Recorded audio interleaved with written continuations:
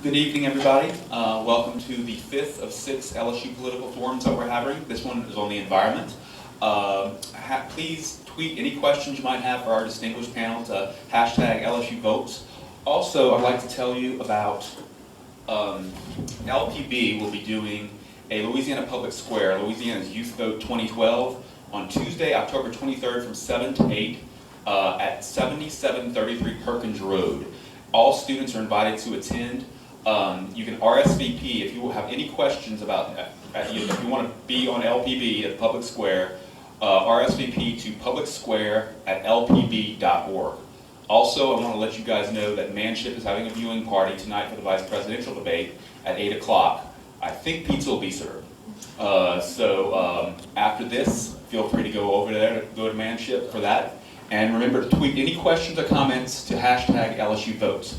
And with that, I'll turn it over to our distinguished panel and Margaret Reams, our moderator.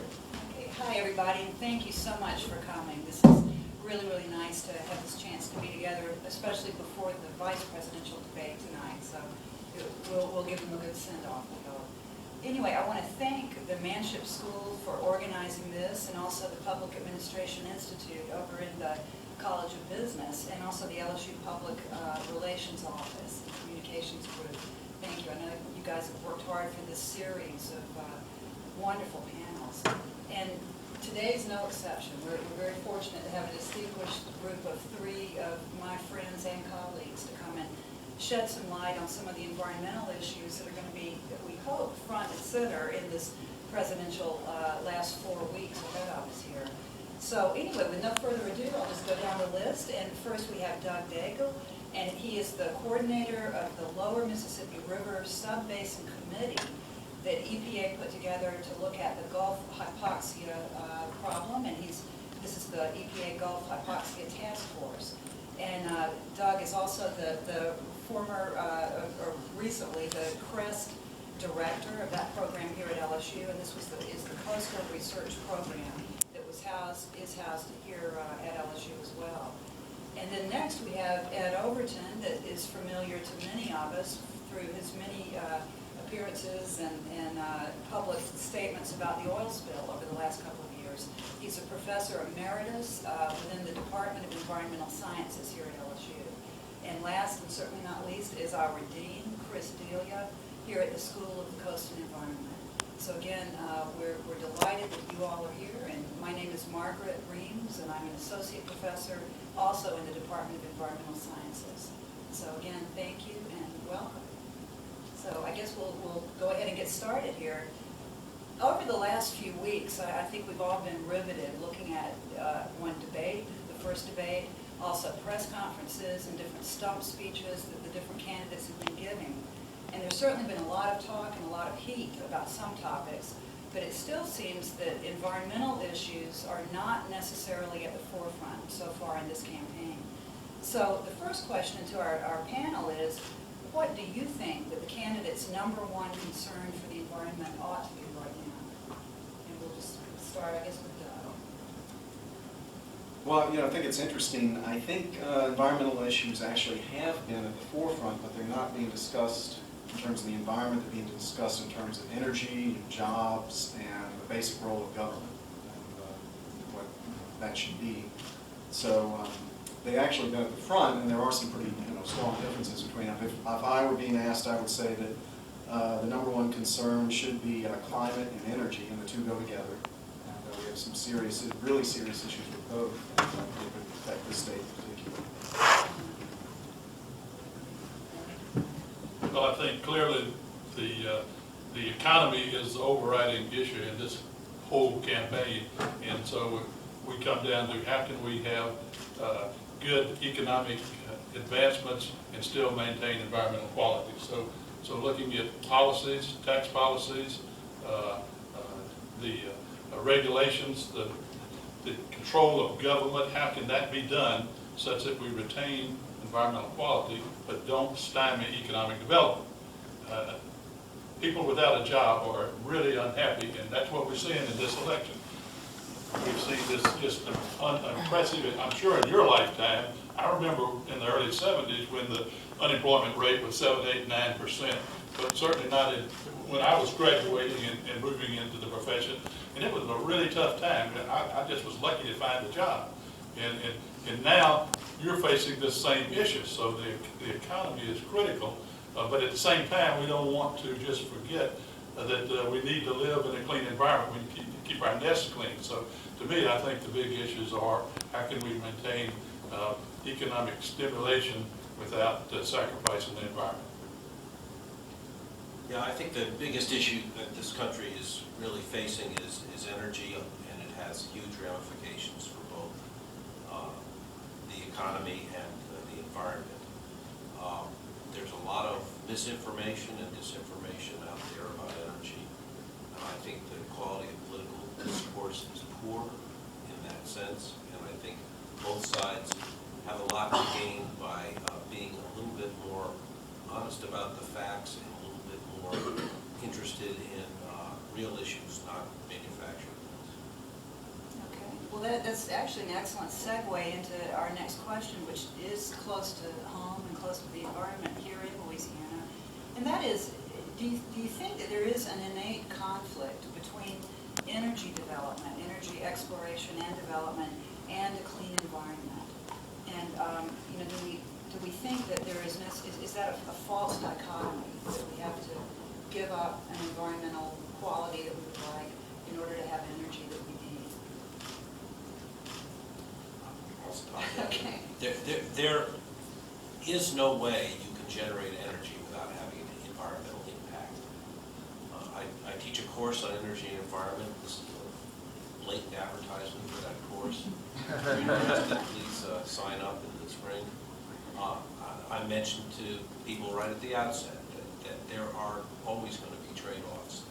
And there is no truly green technology. If people think there is, they're not really paying attention to the facts. So these are issues that really need to be dealt with in a very serious way.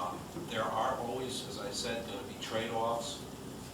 We saw one of them with the oil spill, a very large source of energy that we're still very reliant on,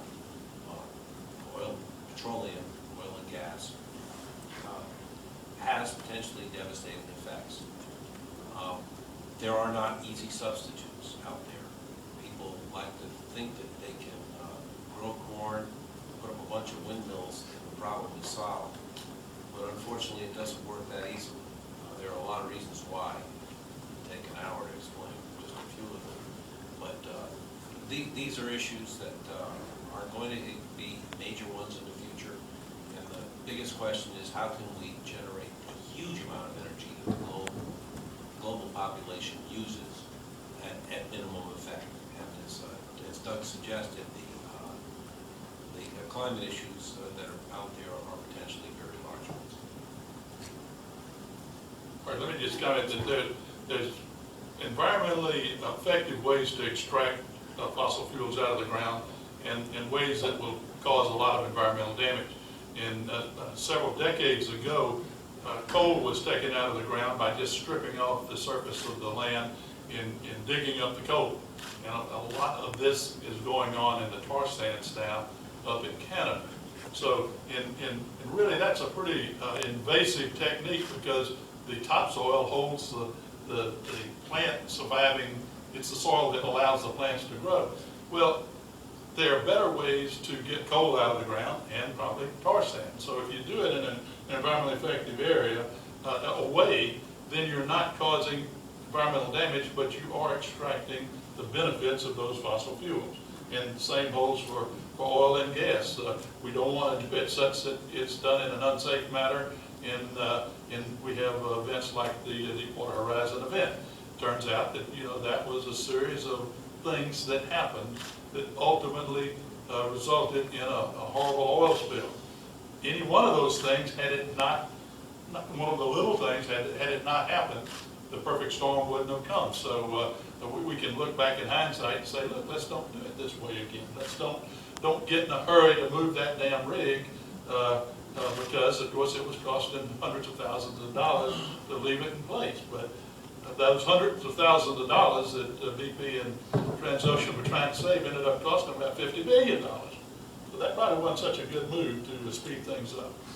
And I think that's such a good example of why these elections are so important. You know, we need this regulatory framework to give us this ability to have access to the energy, and then also have some sort of confidence, you know, in the standards that we're going to be protecting the environment. Right, and there's no substitute for having an effective regulatory framework. You know, a simple way, maybe too simple to look at it. Some people think we don't need them, but they're like stop signs and red lights. You know, if you don't think you need stop signs and red lights and everyone's driving around, that's pretty naive. At the same time, you want those in the right place, and if they're in the wrong place, then they can screw things up, and you might want to take them out. But the idea that we can drive around with all these folks without stop signs and red lights is kind of silly. Unrealistic in a complex, industrialized society, definitely. Now, Dr. Delia also mentioned something that's important, which is the amount of confusion that's out there about energy. And the two sources that we've mentioned, the tar sands and the deep water, are an indication of how, as you often hear, the easy oil is gone. And these are more expensive to extract, much more difficult technically. And they play into the whole issue of cost and the price and what the impacts are going to be. So that's an important thing to keep in mind. Yeah, let me introduce a concept that I find very useful to think in terms of, and that is energy return on investment. You can talk about this in terms of money return on investment that we're used to from the MBA kind of thinking. But when you put this in terms of energy units, how much energy do you get out of a given operation to produce it? And it turns out that back 100 years ago, we got a great deal of energy out of relatively little investment. So we might have to invest a barrel of oil to get 100 barrels out. Well, that number has dropped, so it's probably well below 20 now.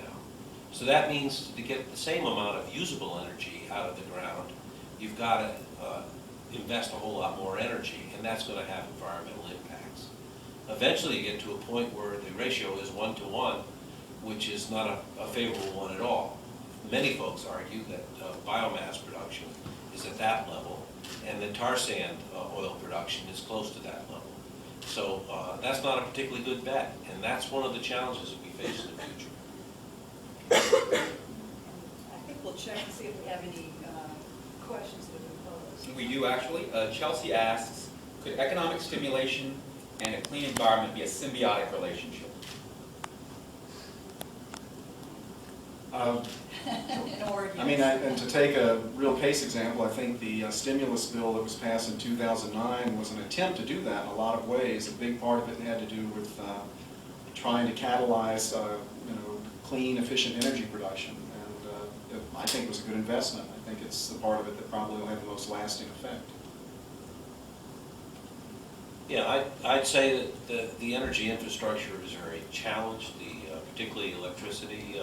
On the electricity side, we're proposing to have what's called a smart grid in this country, which will be very helpful to us as we become more and more reliant on electricity for vehicles and things like that. So the right investments would be very helpful. Of course, the issue is, will the government make the right investments? Okay, well, so it's, again, another good segue into one of our prepared questions, and that has to do with the lingering effects of the BP oil spill. And again, 2 years have passed now, 2.5 years. We all lived through a lot of the initial frenzied national and international attention to coastal Louisiana and Mississippi. And it seems almost that, the attention has gone away. Just today in the news, though, another oil sheet became apparent, linked back to that oil spill. So the question is, are there lingering effects from that 2010 oil spill, in your opinion? And what should be the priorities in terms of addressing those lingering impacts? Well, oil spills are horrible events. It's the biggest damn mess you've ever seen during the active phase of the spill, which in the Deepwater Horizon was roughly a year. It started in April, and there was still a lot of oil messing up the environment for 6 to 8 months, certainly through Christmas, maybe a little further. The good news about oil spills, though, is that you can, if you use the right technology, you keep as much of it offshore as possible so it doesn't get into the marshes. Then you can clean it up off sandy beaches. So along the Florida and Alabama and Mississippi barrier islands, the oil was cleaned up pretty effectively. Some of it was buried in the intertidal zones, and it still shows up during events like Hurricane Isaac. Oil that gets onto the marsh is another story. You can't get into marsh, so you really have a bad situation. And what happens when it does get in, it can coat the plants, it kills the leafy structure. If it gets down into the root structure and causes oxygen to be depleted in those root structures, then the plant will die. And when the plant dies, you have increased coastal erosion. So we still don't know how much coastal erosion was directly caused. We got a massive problem in Louisiana from loss of land, and the biggest coastal impact probably from this oil spill will ultimately be the accelerated land loss in areas of northern Barataria Bay. Bay Jimmy, it's hard to even find some of these spots now. You know, you can look at a map and you go there, and you say there used to be land right there. There's just nothing but open water. So that's a horrible problem. Doesn't appear to be long lingering effects of oil. We need to remember that the Gulf of Mexico has lots of oil in it naturally. Long before you and I, your parents, your godparents, your grandparents, and their grandparents were around, there were lots of oil seeping into the Gulf of Mexico. When I say lots of oil, one of the Boyd professors here at LSU who knows about this stuff told me that it might be as much as 50 million gallons a year seep into the Gulf of Mexico naturally, and have been doing that for years. And in fact, oil seeps are a natural part of the ecology of the deep water. Where the oil seeps into the deep water environments, bacteria graze on that oil, they actually eat it, and then you've got all kinds of animals coming in and eating the bacteria. So in essence, the bottom of the ocean is a series of very desolate areas with, and around oil seeps and gas seeps, you've got a fairly active biological community. So oil per se is not bad. Too much oil in a short period of time is real bad, right? And we live through that. I don't think we're going to see horrible long-term effects. There's always some lingering impacts, and when you have land loss, which is unique to Louisiana because of our coastal environment, it's hard to get that back, really hard.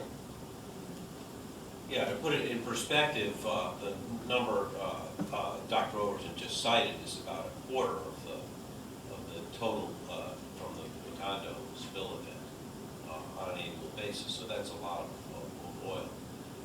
One of the so-called lucky things that came out of the spill was that a lot of it was in the form of natural gas, which seems to have been either consumed by microorganisms or otherwise dissipated in the process. So that was kind of a fortunate thing. Another fortunate thing was the kind of spill we're dealing with was a relatively light crude oil, which is perhaps more toxic, but it's also easier to dissipate. And by the time it reached the coast, it had weathered a lot, and that's also known.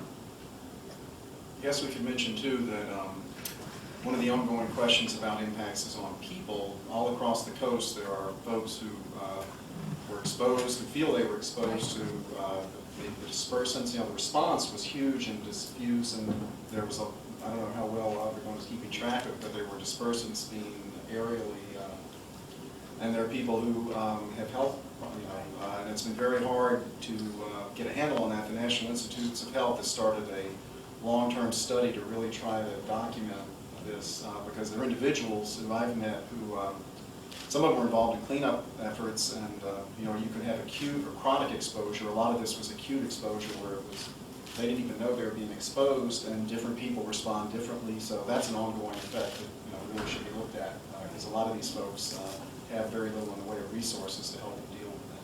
And I think Doug raises an excellent point, and again, this is why it matters who wins these elections. You look at that in the investment that the National Institutes of Environmental Health Sciences have put forward, for the people in the Gulf of Mexico region that have been damaged, to really, make sure that we get all of the lessons learned from this big event. Let me comment again about dispersants, because that's such a hot topic. Dispersants are soap for oil, right? It's a strong soap, it's an industrial soap, but is a common thing is we get our hands dirty, we add soap to it, we add energy to mix it in, and we wash it down. That's what dispersant. During the spill, all of the planes that sprayed dispersants had a little transponder on them, right? So they would fly out, and when the pump came on, the transponder came on, and they recorded where they sprayed dispersants. All dispersant applications were well offshore in deep water environments. I've got a whole list of every bloody flight with the track. So nobody onshore was sprayed with dispersants unless it was done illegally and not part of the standard method. There have been numerous reports of C-130s flying over Highway 98 down in Destin, spraying dispersants on the highway. Now, why in the world would anybody do that? There are numerous C-130s down in Destin at Tyndall Air Force Base. In fact, that's where all our special forces. And so these planes are flying over all the time, and their jets have a contrail back there. But dispersants were not sprayed in nearshore environments. People working on workboats offshore certainly could have been exposed. They tried to take precautions. Worker safety needs to be really protected.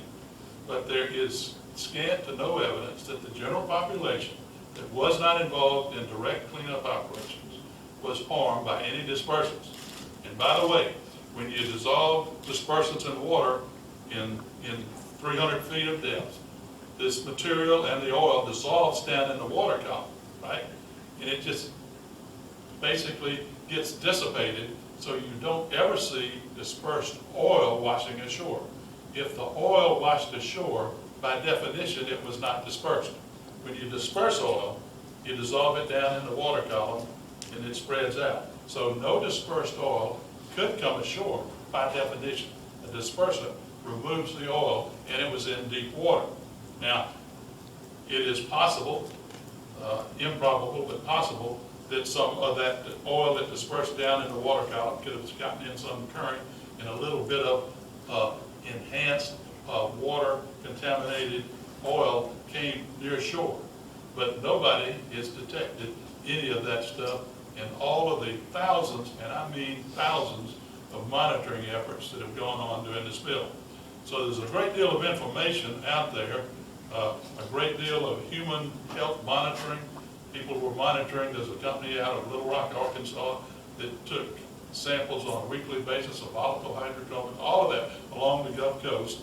And there was another company based here in Louisiana, Total Safety, that monitored worker response. So we know a lot about what happened and what didn't happen in this spill.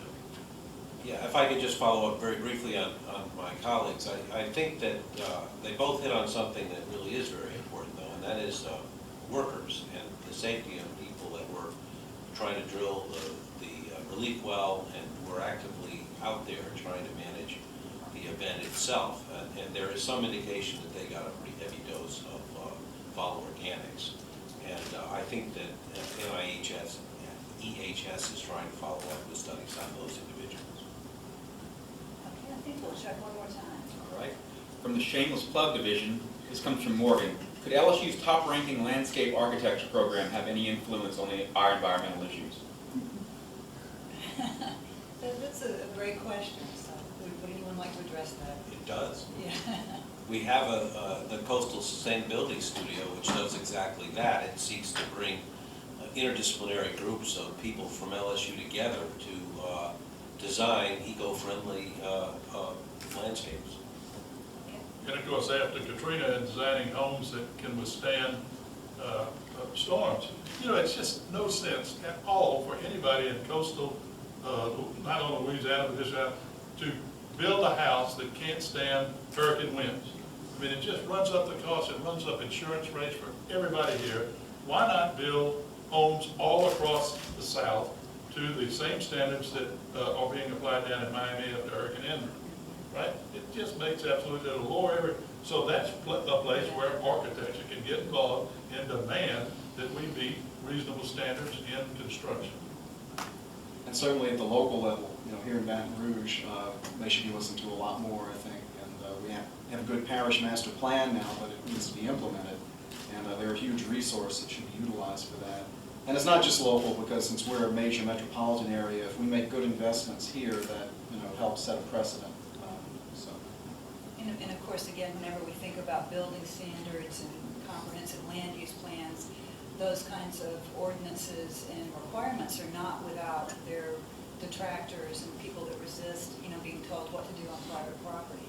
And again, that segues into this whole political question of how much government do we really want in our lives? And we see great variation across states, especially like Louisiana. Anyway, I think that does bring us nicely into the next question that has to do with offshore drilling in Louisiana. We can maybe hit this one more time. Certainly during the campaign, we've seen clear evidence that the two candidates have different goals, for a second President Obama term or a first President Romney term. Governor Romney has told us that he would like to expand offshore drilling and energy development, including into states where, Florida perhaps, along the East Coast perhaps, where it's not done now. And also to open up public lands and have energy drilling and development on public lands, and to have that permitted by state governments rather than the federal government. So we're seeing some differences in terms of what little detail we're hearing from the campaigns these days about how they would approach offshore oil and gas development in particular. So the question is, what unique role does Louisiana's environment play in national discussions about offshore oil drilling and energy development in general? We are the energy coast for the country. Well, I think Louisiana plays a huge role. Next to Texas, we're the largest oil producer in the nation. And to give people a perspective on how much oil is used by this country, it's 20 million barrels, roughly 18, 19 million barrels a day, down from a little over 20 million barrels a day. That's about a swimming pool of oil or gasoline a second, largely for our transportation needs. So we are huge consumers. My hope would be we could be more careful about the use of this resource and consume less. But it is clear that we can't just conserve our way out of this problem. We're going to have to develop new resources or switch to something besides oil. And as I said at the outset, there are no easy alternatives yet. We are, whether we like it or not, dependent on fossil fuels now, and we will be 20 years from now. How you deal with that is really going to be a challenge, because we do have the climate change issue to worry about as well. Okay, Doug. I guess to follow up on that too, a point Dr. Daly had mentioned earlier, the idea that the expectations we have need to be based in reality. There are often, you heard it said, that there's all this oil that's out there that's locked up and we can't get to it. Well, we don't really know in a lot of these areas how much profitably recoverable oil there is, which isn't to say you shouldn't go find out, but the expectation should be based in reality. A lot of these areas off the East Coast in particular, I just don't know that they think there's that much profitably recoverable oil. And the public lands the same way. The vast majority of public lands have been open to development for energy for a long time. And there's some large numbers that haven't been developed that are already leased. But in terms of what's out there and whether it changes the ratio that much, we need to be really clear on that, because expectations are built up that we can solve our problem if we just go into some of these areas. It's not that simple. Yeah, I don't think we can drill our way out of this, nor do I think we can serve our way out of this. So there's going to have to be a meeting of the minds on this. Yeah, Louisiana and of course Texas has the infrastructure to take the oil. You can't just drill a well. You can get oil out. What do you do with it once you get it out? So you've got to put it in pipelines, move it to refineries, and ultimately turn it into fuels that we're going to buy, and that'll pay for that. And in a lot of these areas off the Atlantic coast, for example, they don't have the infrastructure now to take that oil and bring it ashore. They don't have the refineries. So you've got to put it in tankers and move it around. So there's a big issue of how to handle that. I think we're learning better how to handle dangerous exploration offshore. I know there are some silver linings off of every disaster, and one of them over the Deepwater Horizon was that we're not quite as safe as we thought we were. This was a spill that the engineers said could not happen, right? And of course it did. And so now we've gone back and are thinking about better ways, double redundancy where single redundancy was once thought, okay, better ways to cap the well. So there are a number of things that can help make energy exploration. But when it boils down to the bottom line, the question really comes to, do you want to have access to fossil fuels or not? And that is a tough, tough question, because we are taking out of the earth hydrocarbons that were placed down over millions and millions of years, right? So way before the dinosaurs, hydrocarbons were being placed in the earth, and since the end of the Civil War and around the start of the 19th century, we figured out that liquid hydrocarbons is a really convenient, high energy density fuel. We can put a few gallons in a car and drive hundreds of miles. Can you imagine what it was like carrying the hay for the horse that was going to haul you for a mile or two? I mean, it has changed our whole society. When we need something to eat, we go out and we jump in the car. We just use liquid fossil fuels to a great extent. So we've got to decide, do we want liquid fossil fuels or do we want to change the way we live, right? And that is a tough, tough decision. Liquid fossil fuels fuels the economy, our economy. Energy independence, which is again part of this, how many billions of dollars is shipped to the Middle East in the payment for oil that if we were energy dependent, probably can't get there, but if we could be spent in this country to make jobs for you guys, right? We've already got a job, I'm retired, but so we're not talking about our future, we're talking about your future. What are you going to do? Do you want to change your lifestyle? Do you want to give up living in an air-conditioned house? Do you want to give up your car? Now, sometimes you can have your cake and eat it too. For instance, you don't need a big SUV. You can get by with a much smaller, more efficient car. Costs a lot less to make, costs a lot less to run. But you want to make sure everybody has those.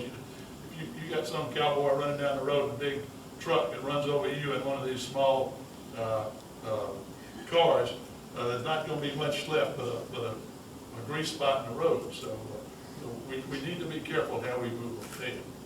I guess, the idea of energy independence is one that really needs a lot of definition too, because it's tossed around a lot.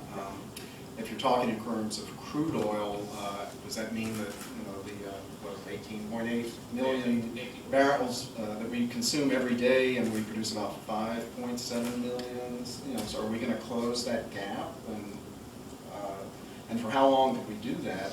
And even sourcing more domestic supplies, how long will those last, over time? So it's a very slippery concept, but, from what I've read, I don't think it's realistic that we can get energy independent in terms of the fossil fuels, but we've expanded the reserves dramatically over the last couple of years just from these new technologies with horizontal drilling and fracturing, fracking, but, how long is that going to last? That's the question. This brings up an interesting tweet from Kathy. With growing U.S. debt, what's the most important yet economically feasible environmental goal that the future president should work toward?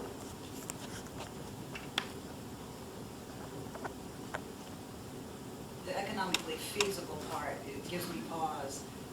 There's a lag time before it would be economically feasible, but certainly clean energy and renewable sources are going to be important. But in terms of market penetration, as long as oil and gas is so relatively inexpensive, it's unrealistic to think that we can do much quickly to have solar, wind, and other kinds of cleaner energies really penetrate the market, either for electricity or automobiles. That's a good question. Yeah, I would say that the assumption that there are fungible alternatives is not a safe assumption. As much as I favor certain solar applications, in fact have solar panels at my own house, I realize that it is not a simple matter to substitute for fossil fuels with solar for a lot of reasons.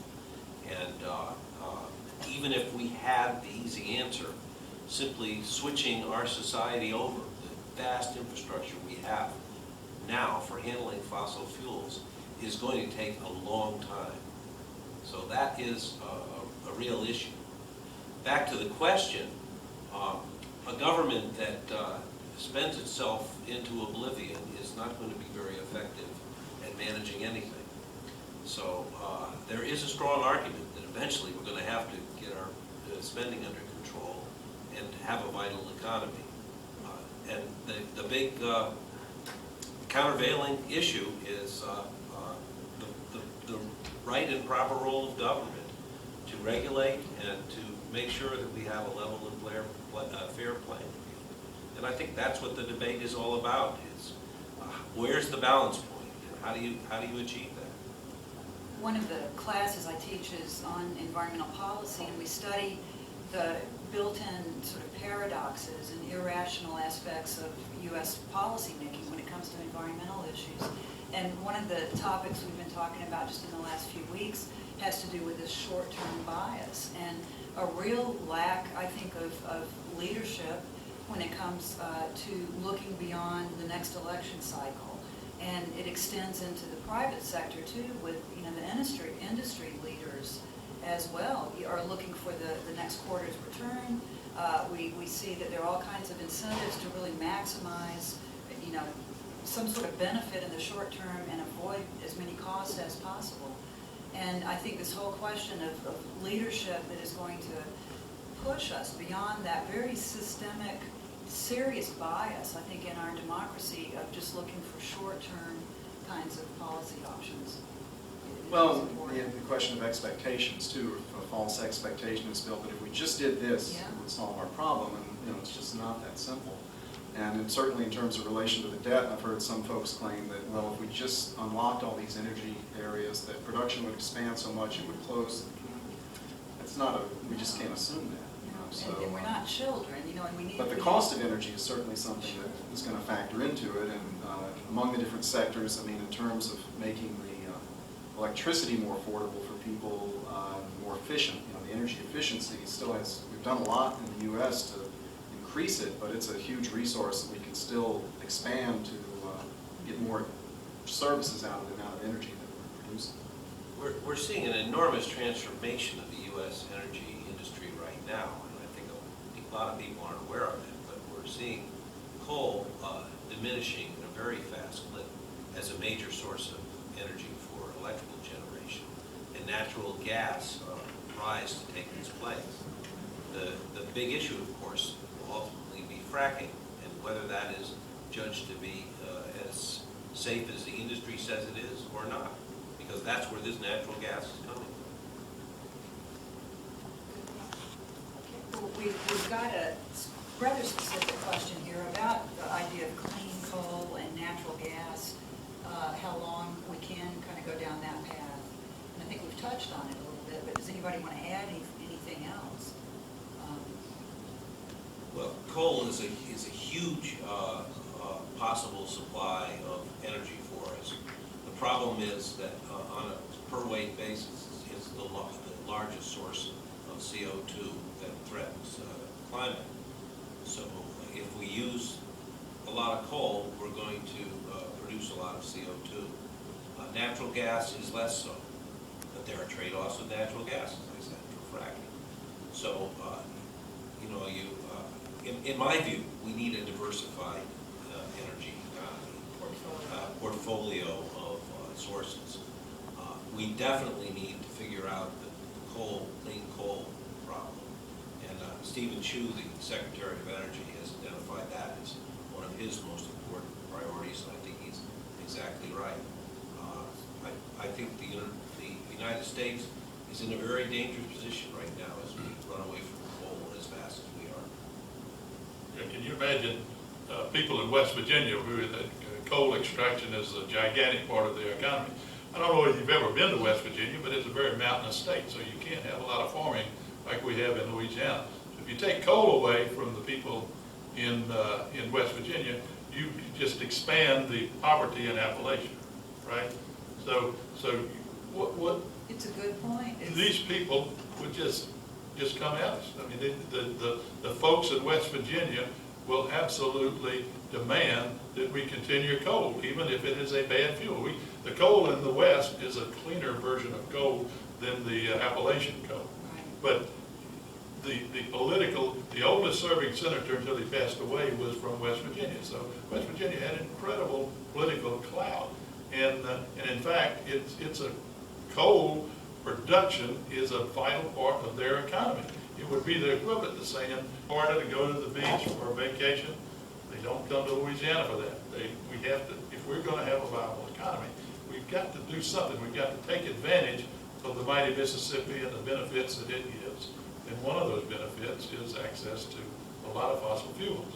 So unless we want to become an Appalachia, we already got pretty massive poverty in Louisiana. 1/3 of our population is under the poverty level. 1/3. That's a strong statement. So it's not easy to figure out what we're going to do to diversify. We can bring in steel mills, which we're trying to do. But can you imagine the amount of carbon energy that it takes to produce steel, and that energy is a greenhouse gas? So it is a massively energy hog, that kind of diversification. Let's make golf courses. How many people are hired to manage a golf course? Not all that many, right? So what are you going to do? Well, we could move to Texas, right? I don't like Texas. What's the difference between a horse's ass and a coon ass? It's the Sabine River, right? I mean, I'm being facetious to give you an example. Being recorded, I hope. No, I shouldn't say that in public. But the point is that energy and the economy are just intimately tied, and there's no easy solution. Give you another example. We're currently paying about $3.50 to $4 a gallon for gas. We would use a lot less gas and use a lot less energy if we up that to $10 a gallon. Now, who believes that anyone would get elected if he said, I am for $10 a gallon gasoline? You wouldn't get 10% of the votes. You couldn't get elected horse catcher at that. Stephen Chu, our Nobel Prize winning laureate, Secretary of Energy, got up in Washington and said that he would favor $10 a gallon gasoline. And boy, the politicians got hold of him, yanked him up by his collar, and you never hear that said again, right? Now, he was right. That'll save a lot of energy, be more cost energy efficient. All of that stuff is right. But never get elected. So those are the political considerations. I suspect that one of the things he was thinking of, though, was this whole issue of the externalities involved with the energy production.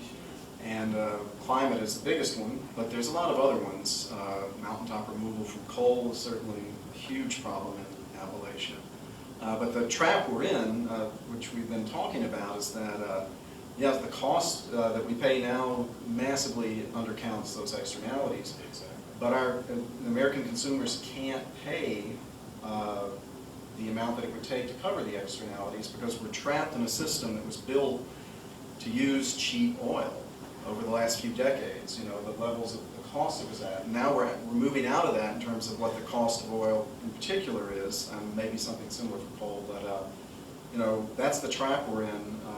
And the people who promise cheaper energy often don't tell us that you can't make it cheap, but they also can't afford to sell it cheap. If you're producing oil from the tar sands and the deep water, you can't sell it back at $2.50 a gallon. It's sold on the world market at the rate that it runs there. So when you hear a politician tell you something like that, you know they either don't know what they're talking about or else they're pulling the wool over your eyes. The producers can't afford to sell it for that amount.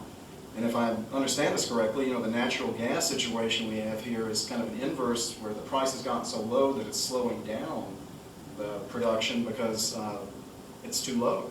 So In the United States. In the United States, yes. And so the Haynesville Shale and these other areas are actually seeing a lot of, you know, vacant wells because it's so cheap they can't afford to produce it because fracking isn't cheap. Fracking is expensive to do. So, you know, none of this stuff is that simple.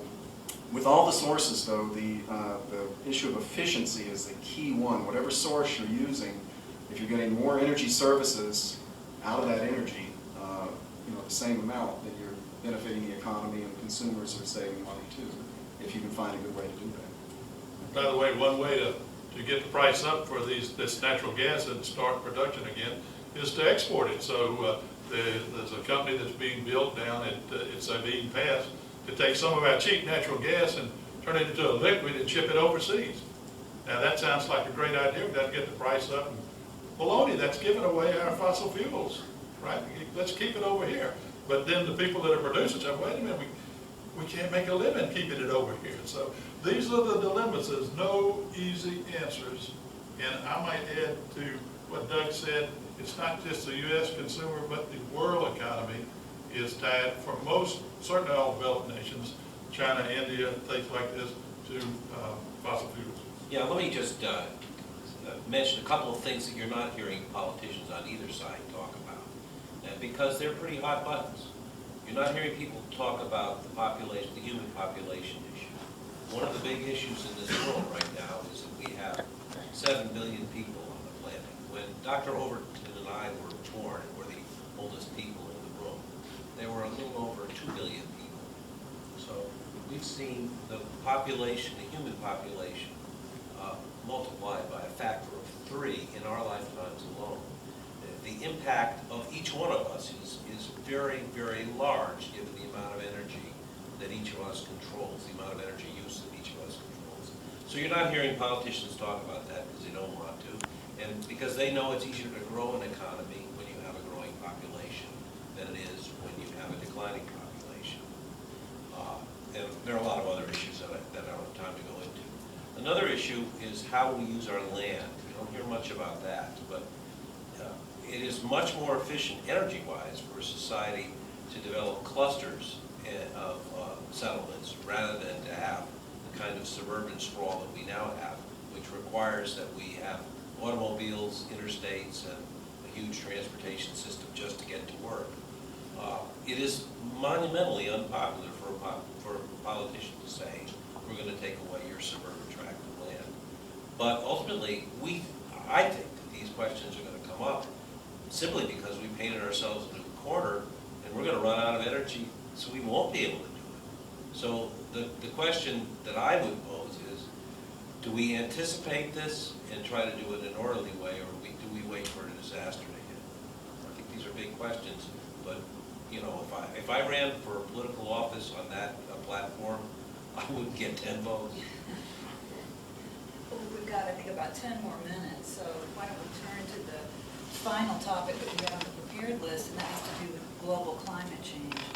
And certainly we do see some differences in platform positions and some of the stump speech statements coming from the two candidates. Certainly nothing in the first debate, though, dealing with climate change. But we have seen that Governor Romney has said that he would step back and reverse and not support the Obama administration's proposed regulation to limit greenhouse gas emissions from power plants. And also Governor Romney has said that he would oppose and try to turn back the new fuel economy standards. And anyway, we have sort of a difference of opinion, but again, a lot of the details as to how this country is going to actually limit greenhouse gas emissions over the next few years is sort of left unsaid. So for the panel, first of all, do you agree with the statement that there's general scientific consensus that man-made fossil fuels are responsible for climate change, global climate change? Do you agree with that? And if so, or not, what steps do you think this country needs to be taking to try to curtail the onset of climate change? Yeah, let me take that on. I think that it's probably more productive to talk about what we know with pretty much absolute certainty, and that is that the climate is changing and that the mean temperature of the planet is rising.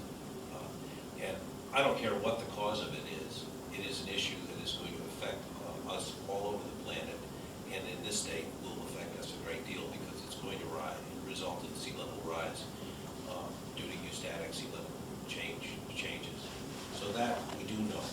I happen to believe that CO2 is a against that. There are many scientists that agree with that. But I will allow that it is a matter of debate. So I think we're going to have to wrestle with that issue sooner or later. You know, when you talk about climate change, let me give you a dilemma that we face in Louisiana. Let's assume that the vast majority of the scientists agree that our humans are causing climate change. It's tied to energy. We're not going to cut back on energy because it's economically not feasible. So we're going to continue down this path for a while. And that's going to lead to global sea level rise. Why are we spending billions of dollars on coastal protection? And why are we spending $100 billion building a new hospital in Louisiana, in New Orleans, if it's going to be underwater in 50 years? You ever think about that? See, these are, I'm asking this as a rhetorical question because, you know, if we believe that climate change is happening, then it would make a lot more sense now while we have the opportunity to retreat to some highland, wherever that is, maybe in Covington and in there, and say this is going to be the new Orleans, rather than spending. But first of all, I think if you propose that, you'd get run out of the state by Democrats or Republicans, either way. Nobody in Metairie, Louisiana, would vote for you. It is an example of a dilemma. Are we, as a world population, causing global climate change? And if so, what can we do about it? And the United States can lead, but it certainly can't do it all. I read an article a few years ago. There's where you produce lots of coal, there's a chance for underground coal fires. So an old coal mine catches fire and it just smothers. But a coal fire produces CO2 emissions.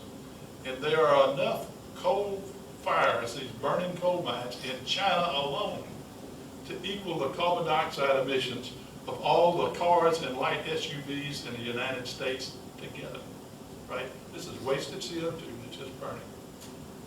All of the vehicular traffic, light trucks and all the cars in the United States, total CO2 emissions equals what's being burned in China from these old fires. So I hope I'm trying to point out that we can lead, we have to lead, we're supposed to be the world's leading economy, a superpower, we need to be intelligent, but these have to be world problems, because if we cut back drastically, we make our gas $10 a gallon, so on and so forth, we make electricity twice as high, it will affect our economic well-being, and translated, that means jobs for you, right? That's what we're talking about. So I want to know how many people want to graduate and get a job. Raise your hand, please. Now, how many people want to cause the cost of energy to rise such that you won't be able to find a job, or you won't get the job you want? I've got a son who just graduated a few years ago from LSU. This economic session is because he can't find a job.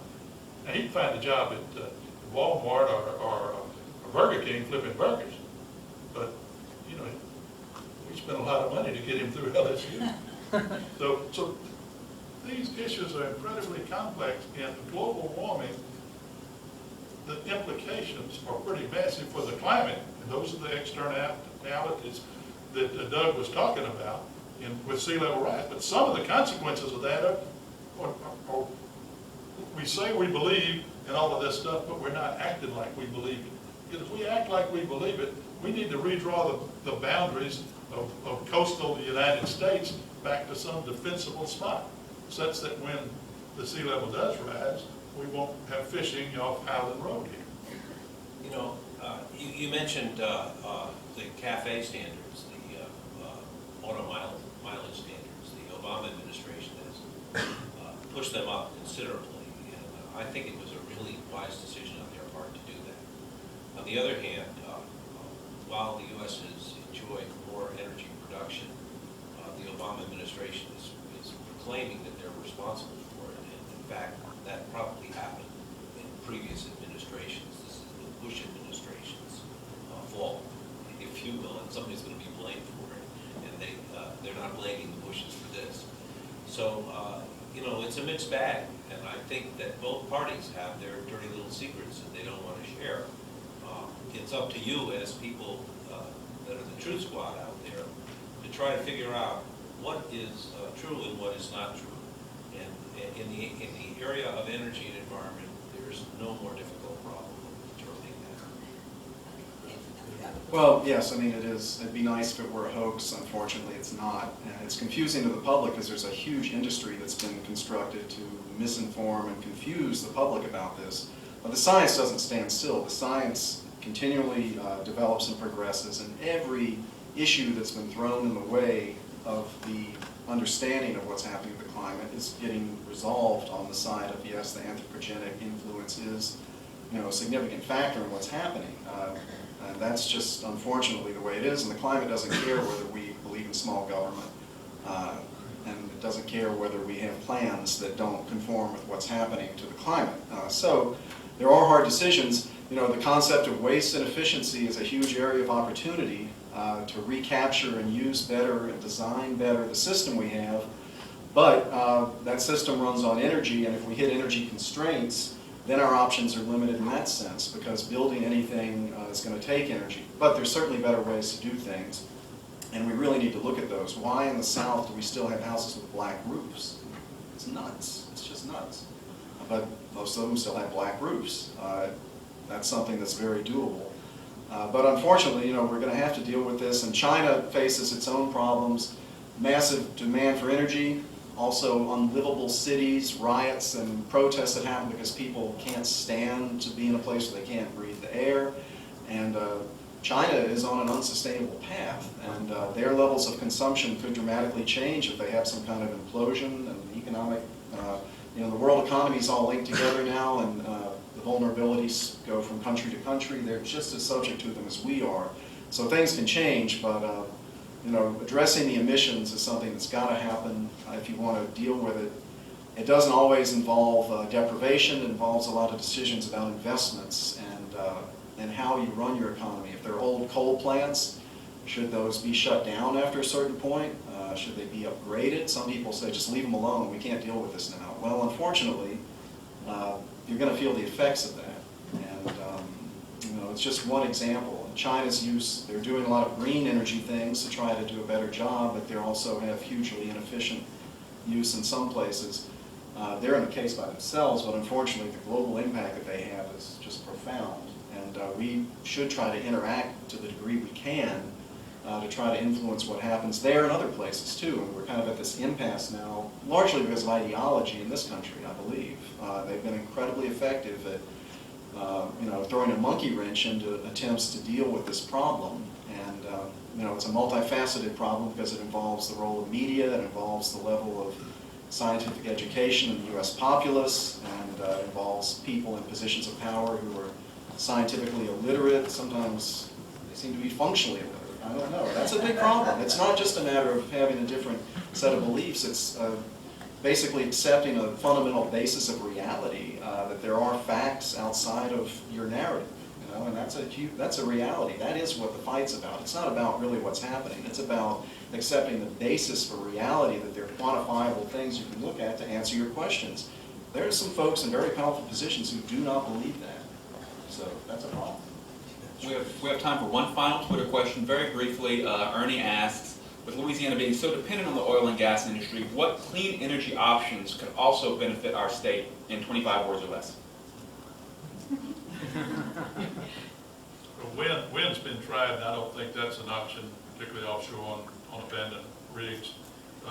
Certainly a limited amount of energy could be harvested from the flow of the Mississippi.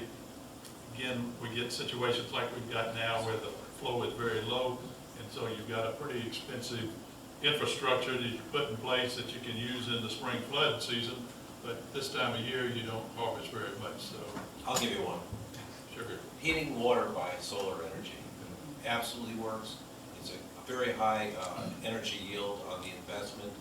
It makes absolute sense. It's not going to solve our problems, but I guarantee you, I've got solar hot water at home.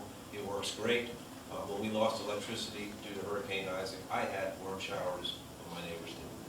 That's a good point. And key hurricane adaptation is to have solar power.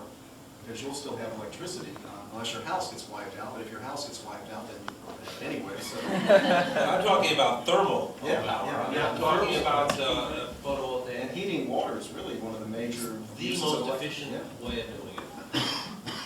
Design and planning, that's what I would add to, light colored roofs, very simple. Well, I would like to thank our moderator and our panel for a very energetic debate. I had to go there. In 2 weeks, we will have our final political forum at the BEC Rotunda, and it will be on social issues. So it will be at 5 o'clock in the BEC Rotunda on October 25th, 2 weeks from today. I'll give you guys a break for a week. So I appreciate all the great questions, great comments, and great panel. Thank you very much. Go to Manship.